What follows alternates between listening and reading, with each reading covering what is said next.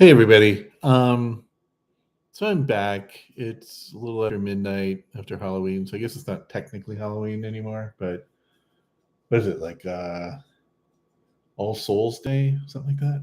November 1st? What is it? Somebody remind me. Anyway, but I just posted a video about INFJs and sort of why I think Dracula is an INFJ and what it sort of tells us about the existential dread that INFJs can face. And now, of course, it's got my sort of introverted intuition and introverted thinking sort of going on all cylinders. And so I'm sort of thinking, okay, well, how would this pan out in all the other types? And I'll admit up front, I haven't really put a whole lot of thought into it, but there's sort of a formula that we could probably apply and sort of walk through it.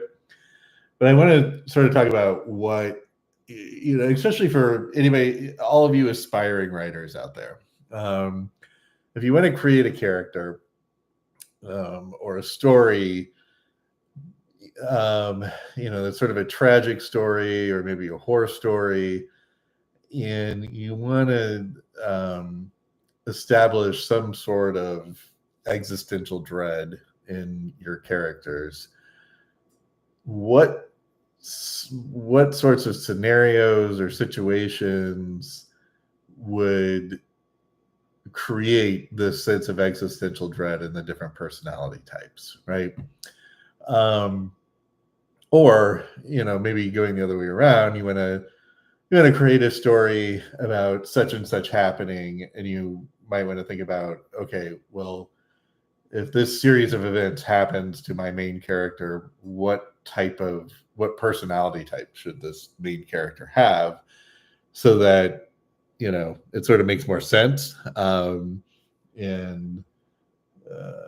there's a little bit of symmetry or systematic way of approaching it. So for those of you who might not have watched the Dracula video, the quick recap is I make the argument, and I could be wrong, that Dracula is sort of this representation of an INFJ, and mainly because he has this sense of existential dread, and it's a very tragic story because if he's INFJ, he's got lead introverted intuition, and the whole point of the story is that he creates this ideal representation of love, and it's manifested and expressed through the character Mina, who he believes is his wife who died hundreds of years ago, reincarnated. And he spent, hundreds of years crossing oceans of time, as they put it, trying to find her, right? And so he's obsessed with finding her, and he's got this representation of love that's wrapped up in her, which I would argue is a very NI thing, right? And so the tragedy of it is once he actually finds her and then is presented with the reality, the SE reality, right? So the opposite of introverted intuition, he's faced with the SE reality of the situation. She's engaged to somebody else, she's in love with somebody else, but not only that, but if he wants to be with her, it's almost physically impossible at this point because he's immortal, he's going to live forever, so he's just going to lose her again. And then not only that, but he's literally a monster, and he doesn't want to basically ruin her life by forcing her to be with this monster. It's just sort of unrealistic to think that they could be together, unless she herself turns into a vampire, and then that's a whole internal struggle, right? Because now she's sort of no longer what he thought she was if she becomes a vampire. So point being, if you went sort of a systematic way of creating characters like this and creating sort of a sense of existential dread, I'd argue probably, a good process or a good procedure would probably be, look at their dominant function and then look at their fourth function, right? And it's going to be the opposite of the dominant function, and try to think of a situation where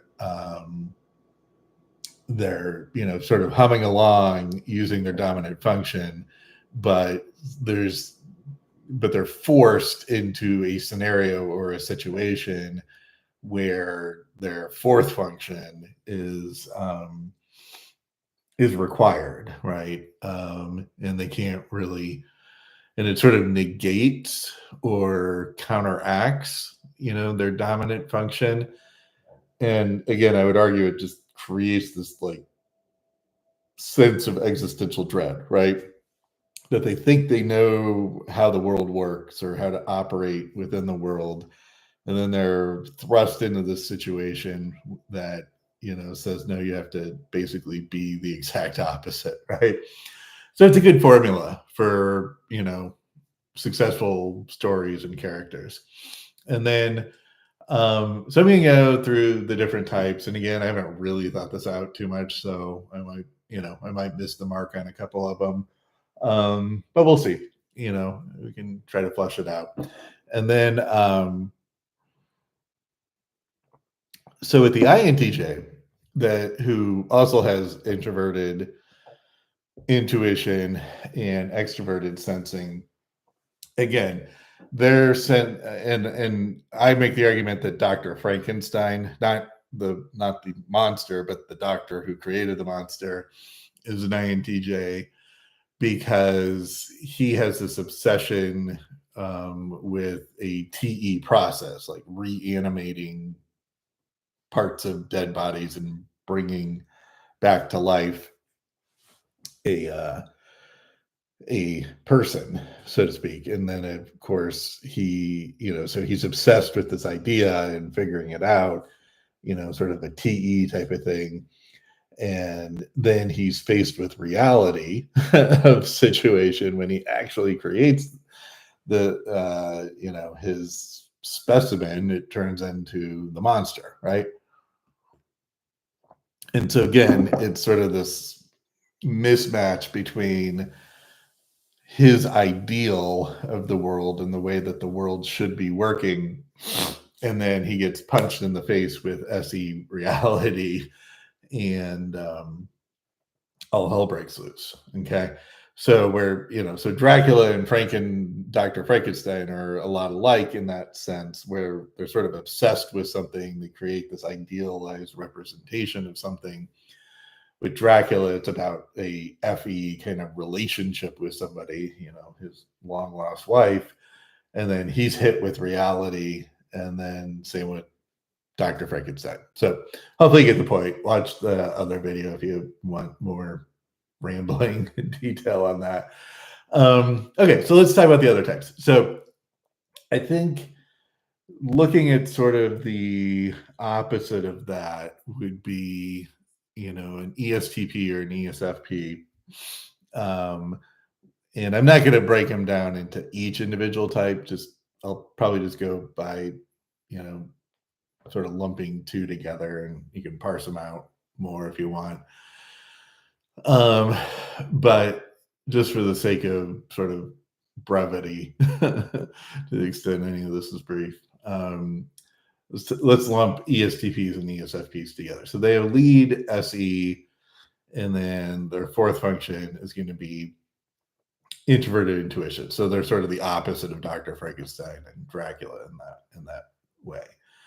And so I'd argue that their issue, or what's going to create sort of an existential dread in them, is basically the opposite, where they have this very good sense of reality and what they think is real in the real world.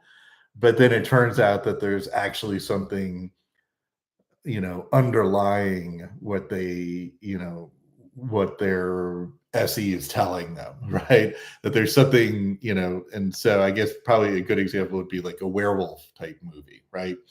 Where they're not necessarily the werewolf, but they're the people interacting with the werewolf, where they, have a sense of, or maybe it could be the werewolf, but they have a sense of what reality is, right?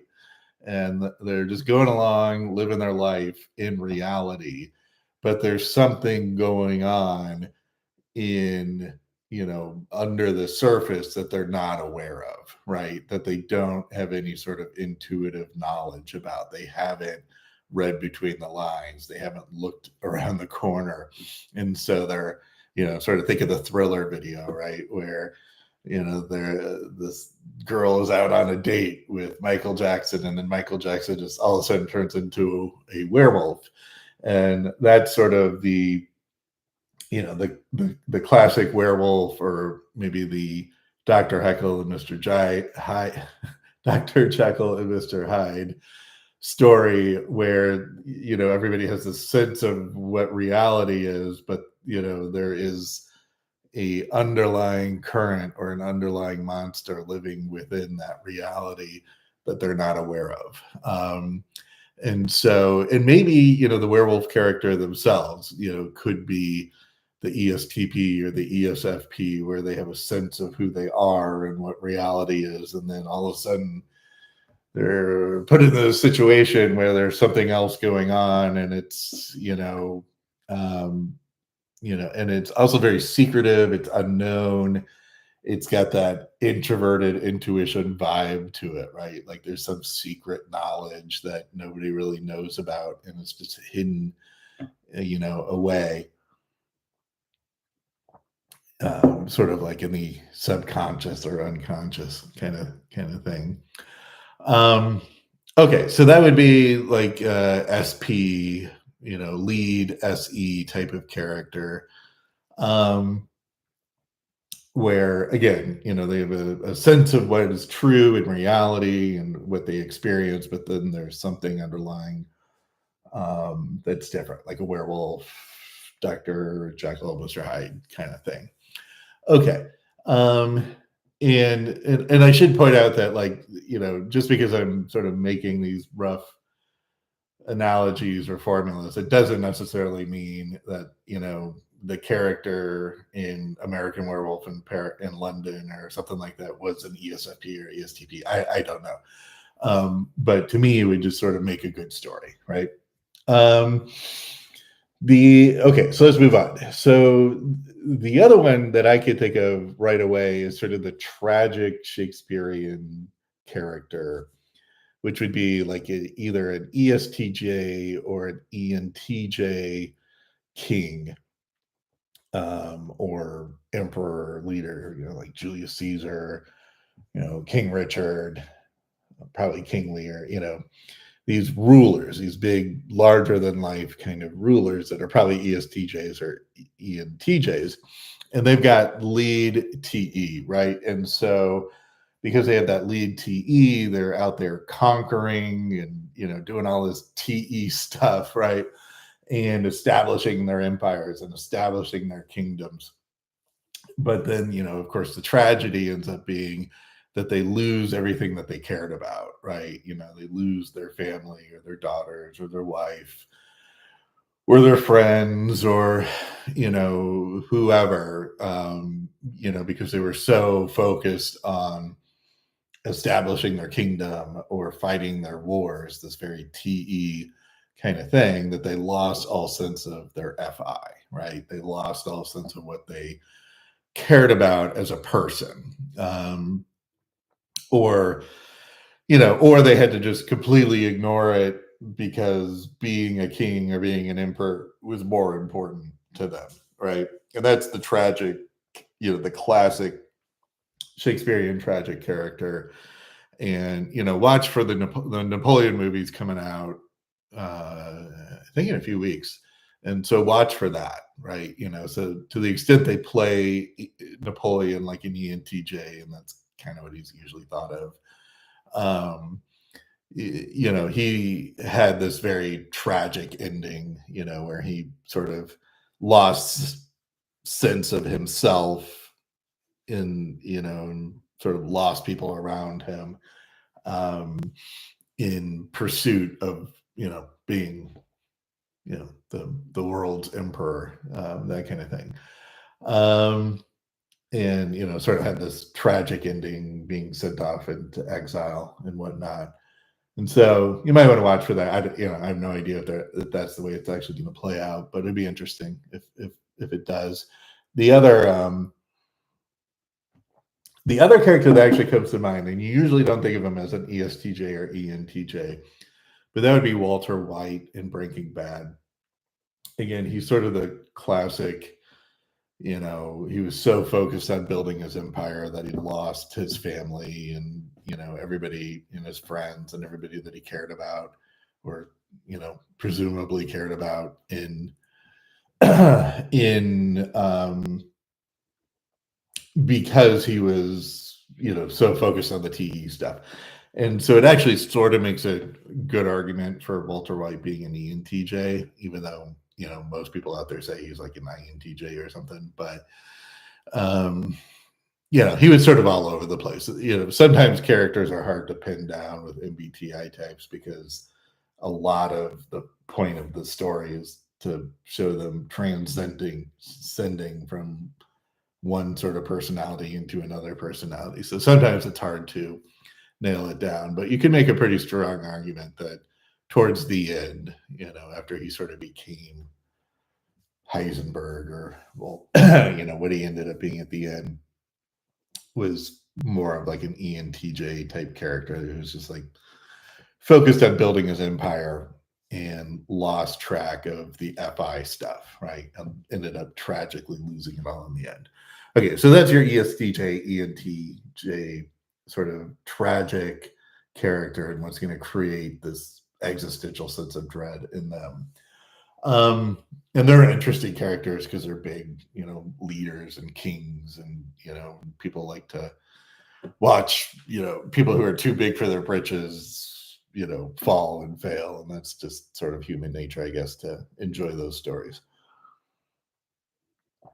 Okay, so let's go to a different type here.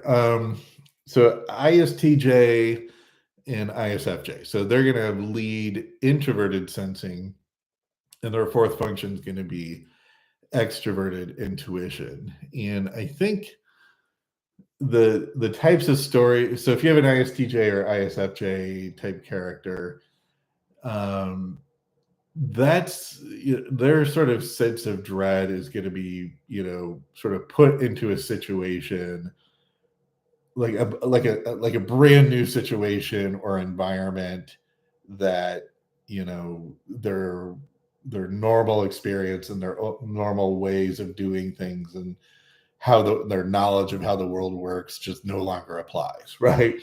And so like literally like they're transported to a different world or a different dimension where things are just completely different for them, right? And that's going to give them this existential sense of dread because you can't rely on their SI, and now they have to figure out the whole like how everything works in this new environment or this new world, and have to sort of tap into their NE to explore how does all this stuff work, right?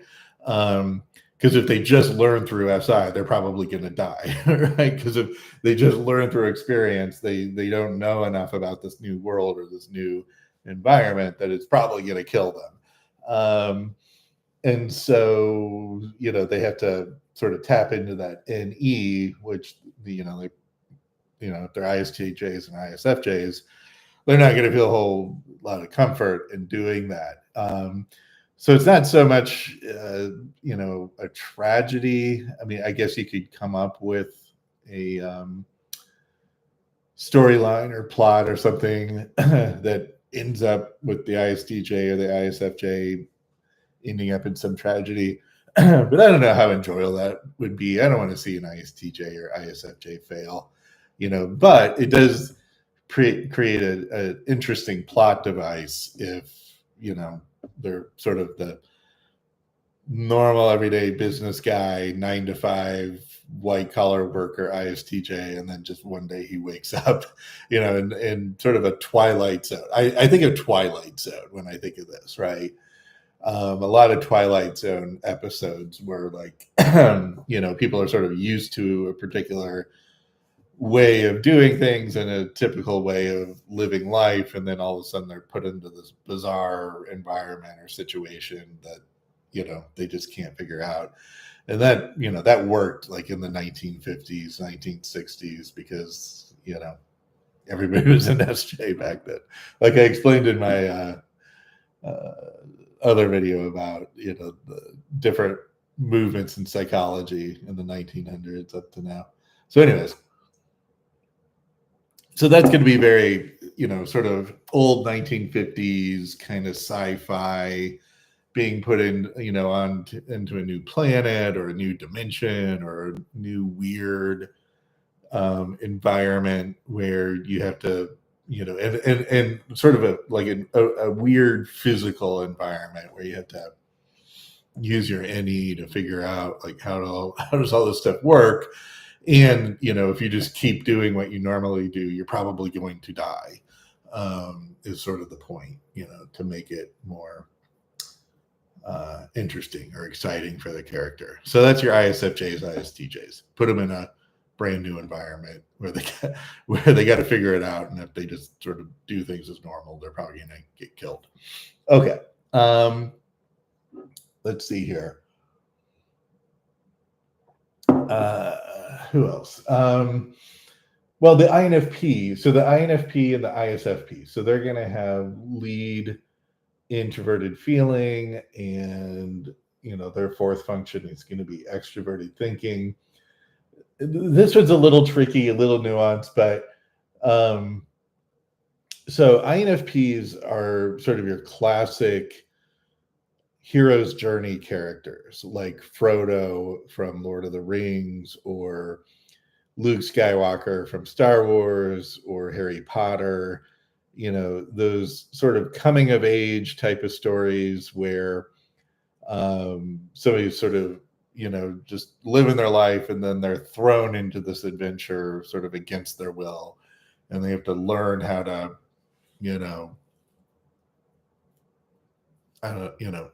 basically fight for their cause, or fight the big enemy, right, and be the hero, right, in the hero's journey.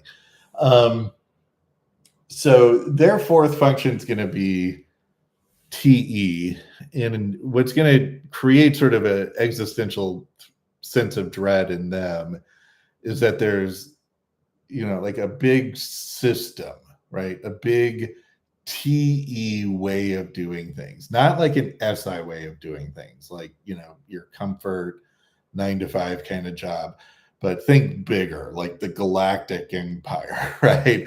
Or in Harry Potter, the big whatever the school, Hogwarts, right? Or Lord of the Rings, the Sauron and his big army, and it's usually some big governmental entity that and so even though it's a social construct and it's a social situation, the point of it is that it's lost all of its humanity, and it's basically just become a big machine, right?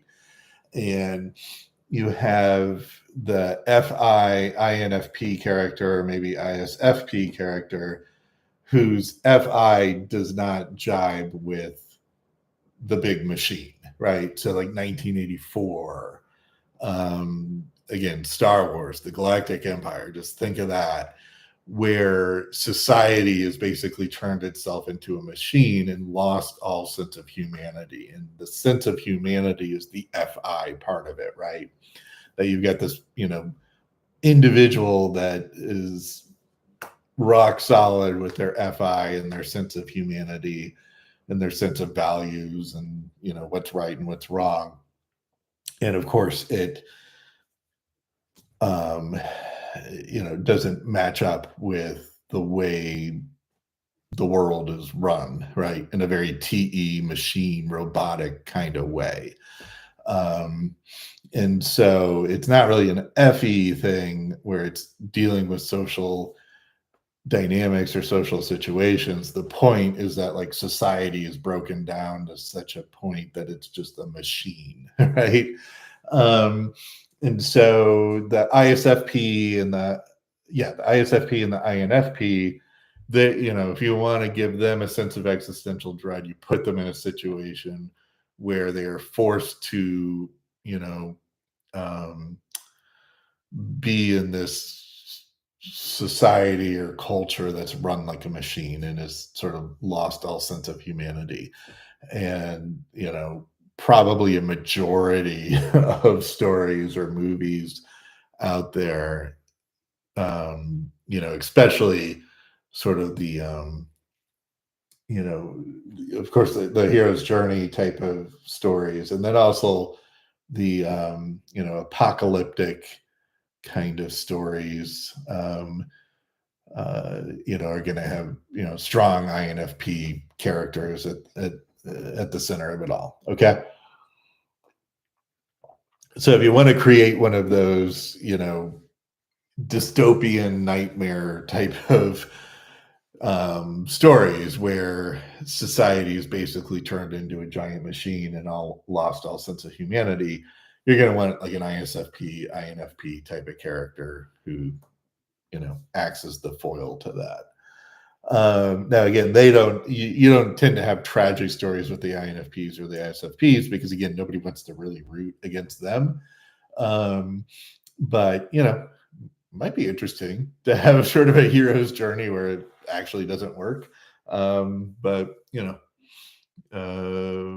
but the classic one is just going to be the INFP sort of rises above and defeats the, you know, the galactic empire or the apocalyptic government and then restore some sense of humanity to it.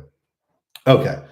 Um, what else? Who else can we put in here? Um, who am I missing? ENFJs and ESFJs. So this one's a little interesting. Um, this could be difficult to peg down with an actual stories. But again, so with the ESFJ and the ENFJ, we'll just sort of walk through the process here. You know, they're going to have extroverted feeling as their dominant function. So they're sort of living their daily life using their FE, and that's sort of normal for them. And then they're going to be placed into a situation or an environment that is very TI based, right? Um, so what strikes me is probably, you know, something where a character has to face, you know, not a society that has become sort of robotic and lost all humanity, but like an individual or a person that is, you know, too robotic or too logical. And the ESFJs and ENFJs FE just doesn't work on this person, right?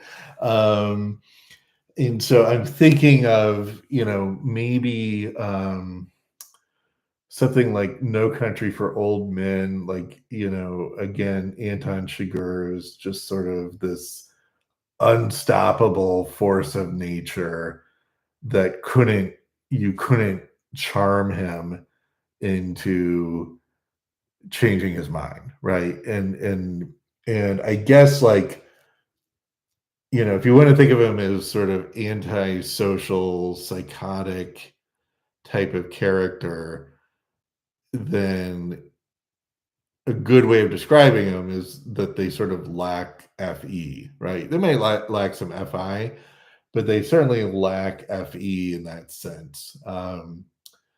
Where, you know, Chigurh, Anton Chigurh especially, just sort of comes across as like no personality whatsoever, right? And he is almost sort of robotic in a way. Um, Now, he certainly has a bunch of TE and he's doing a bunch of TE stuff. Um, but he's just got his sort of way of achieving his goal, and FE is just not going to work. So FE is just sort of rendered useless, I would say. You put him in a situation, an ESFJ or an ENFJ, where they're put in a situation where their FE is just sort of rendered useless. Like there's just no, convincing this other person or this monster or whatever it is that whatever they're doing is wrong, right? Like socially wrong. And not necessarily in an FI sense, but in sort of a, what does society sort of expect of you kind of sense. And you get a little bit of that, not to spoil it too much, but you get a little bit of that at the end of No Country for Old Men, where there is a character who might be an ESFJ or maybe an ENFJ and is, again, has this sort of sense of dread where she just is like, it's just pointless to try to convince you, like you're going to do what you want. It's pointless to try to convince you otherwise, right? And so just do what you're going to do. And that, that really did sort of generate this like really like sense of existential dread, right? I keep saying it, but that was a very, very good example of it. And so I might have to go and watch that again and see if she comes across as an ESFJ or ENFJ, because that really hit home. So yeah, so if you've got a story where you have sort of one of these unstoppable forces of nature, maybe the protagonist or the person who's dealing with them is an ESFJ or an ENFJ, where either they're able to sort of overcome it and convince this person to sort of act rationally and part of a reasonable member of society. But more likely, you're probably going to get like another tragic type figure, right? For some reason, we don't mind it when the extroverts are the EJs are the tragic figures, right? It's almost like we have this, sense of like wanting to watch them, in their downfall. So ESFJs, ENFJs, that's what you could do with them. Put them in a situation where their FE is just rendered useless, right? And it's not at a like society level, it's like at an individual level, right? And whoever their antagonist is just sort of lacking any sort of FI or FE, and it's just sort of doing what they're programmed to do. So like, or like the Terminator, something like that, right? Some sort of robot where there's just no reasoning with this thing, right? Or like there's no FE reasoning with them, right? They're just sort of programmed to do what they do. I think that Terminator would be another good sense of existential dread for an ESFJ. Okay, what else? Who else do we have? INTPs and ISTPs. So lead introverted thinking, and then fourth function extroverted feeling. So this is almost the opposite of the ESFJ ENFJ dynamic, where where instead of having to face like an individual that's sort of robotically programmed and there's just no FE reasoning with them, instead an ISTP or an INTP would be put into a situation where society is just sort of illogical, right? So I'm thinking of movies like what was that movie, Get Out, where you had the guy that was like put in this situation where his girlfriend's family and all their friends were a bunch of racists and very illogical FE kind of society, right? So it's not like fighting against the big machine that's lost all humanity.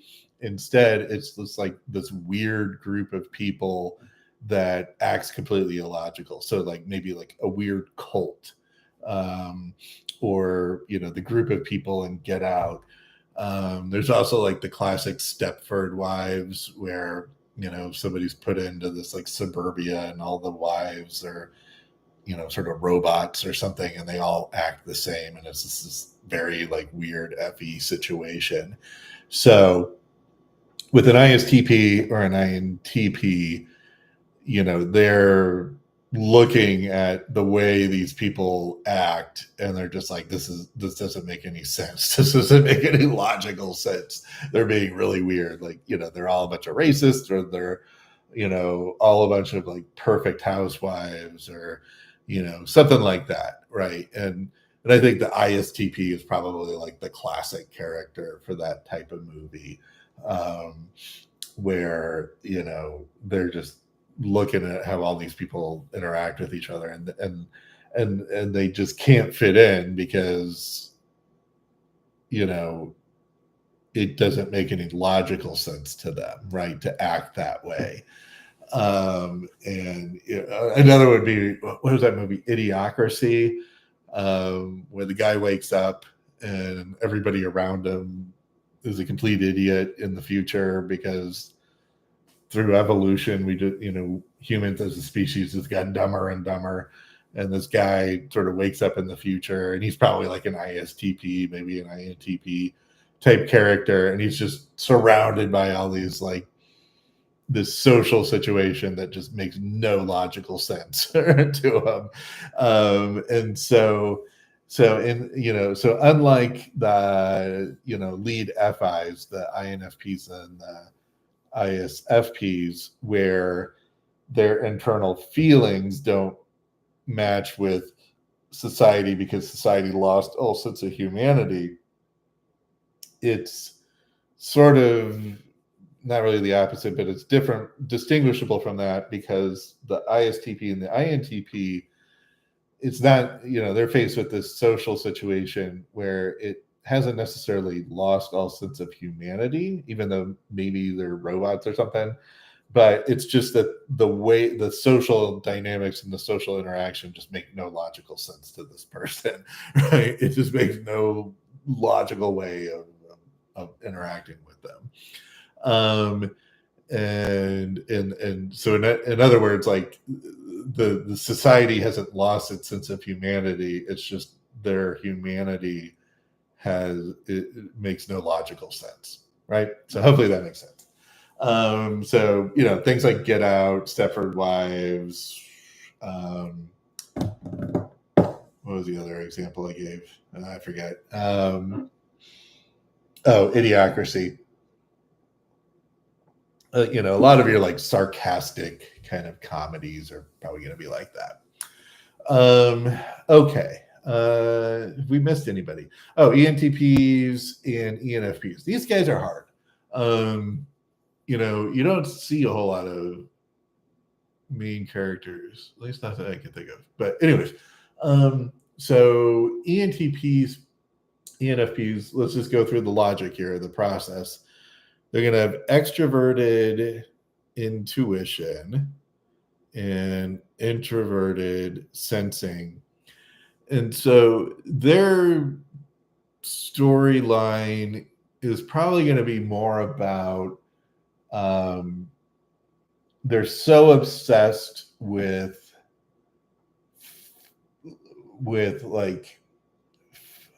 like finding something that they sort of lose track of just if they had just stayed home or just continued to live their life as usual, like in a very SI kind of way, right? So it's the opposite of like the Twilight Zone situation, where somebody's just wants to live their life and go to their 9-to-5 job and go home and eat dinner and watch TV, go to bed, do it all over again, go to church on Sunday. Like, they just want like a systematic life like that. And then they're put into this bizarre dimension or this bizarre world. And now all of a sudden they have to rely on any type stuff.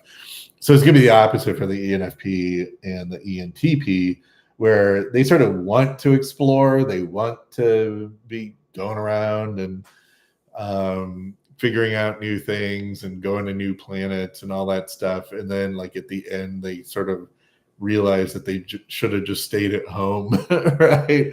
Or like the answer was always at home. And it's, sort of like, they spend the entire movie or something trying to find like the MacGuffin, like the secret Holy Grail or something. And then ultimately at the end, they find out that it was, in their closet the whole time, right? Like if they just stayed home and just, acted like a normal, responsible SJ, they would have gotten what they were looking for, and in the first place. And that would be sort of a symbolic way of doing it. I guess something, it'd be something like Don Quixote, just one of these characters, just constantly out there exploring. Maybe Huck Finn might be a good example. Again, where they're just sort of these wanderlust type characters, and then at the and they eventually figure out that it was always inside them, or it was always at home, right? What's her name? Dorothy from Wizard of Oz. That would be the classic example, right? So she goes on this big adventure, and in some respects against her will, right? But she goes on a big adventure, has all these any types of things happen to her, and then at the end of it, she wakes up and she's safe and sound because she's back home, right? She's back in her little SI world, right? And that is a very wholesome kind of 1930s, 1940s view. They were certainly sending a message, right? Where, go ahead, you kids, go have your adventures and, explore as you think you want to. But, in the end, you will realize that what you're really looking for is here at home, that kind of story, right? Wizard of Oz. And whether or not Dorothy was an ENFP or ENTP, I don't know. But, she learned, the point of the story was to show that, just stay home, just be a good SJ, and everything will be fine. Okay, so we covered extroverted thinking, extroverted feeling, extroverted sensing as the werewolf, extroverted intuition, that's our Wizard of Oz, introverted intuition, that's gonna be our Dracula and Frankenstein, Dr. Frankenstein. Introverted thinking is going to be your sort of Get Out, Idiocracy kind of story. Introverted feeling is going to be your Star Wars, Harry Potter, me against the big, machine in society that's lost all sense of humanity. And then what am I missing? Introverted feeling is that, and then introverted sensing is the sort of Twilight Zone type situation where somebody's taken out of their comfortable lifestyle and put into this bizarre world. I guess there's a little bit of that in Wizard of Oz too. But in Wizard of Oz just sort of strikes me as different. I don't know how to articulate it, but maybe it is more of an SJ type of story, and Dorothy is like a ISFJ and put into this bizarre world, and then comes back and realizes everything is okay. But an ENFP or ENTP, it's sort of that, but their baseline, their normal way of living is to be adventurous and to go out and do a bunch of adventurous things. And then they, are either forced into a situation where they have to, sort of live a normal 9 to 5 type of world, and that sort of creates an existential dread in them. So maybe Wizard of Oz isn't a good example. Wizard of Oz is more of the SI thing. So sorry, I'm thinking out loud. I guess an ENFP, ENTP type of story would be, sort of the fish out of water kind of. So, like Crocodile Dundee, I'm thinking of, or like Trading Places with Eddie Murphy, where you have these sort of people who lived in a totally different world, and then they're put into normal world, right?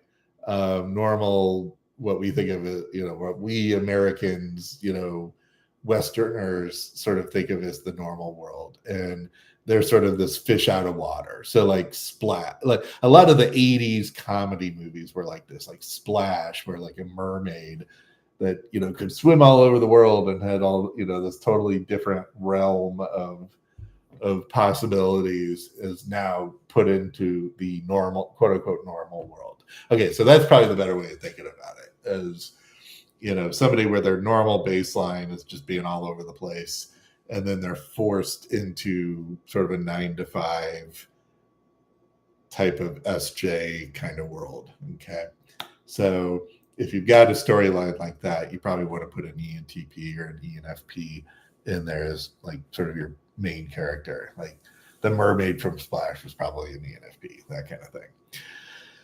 Okay, well, thank you for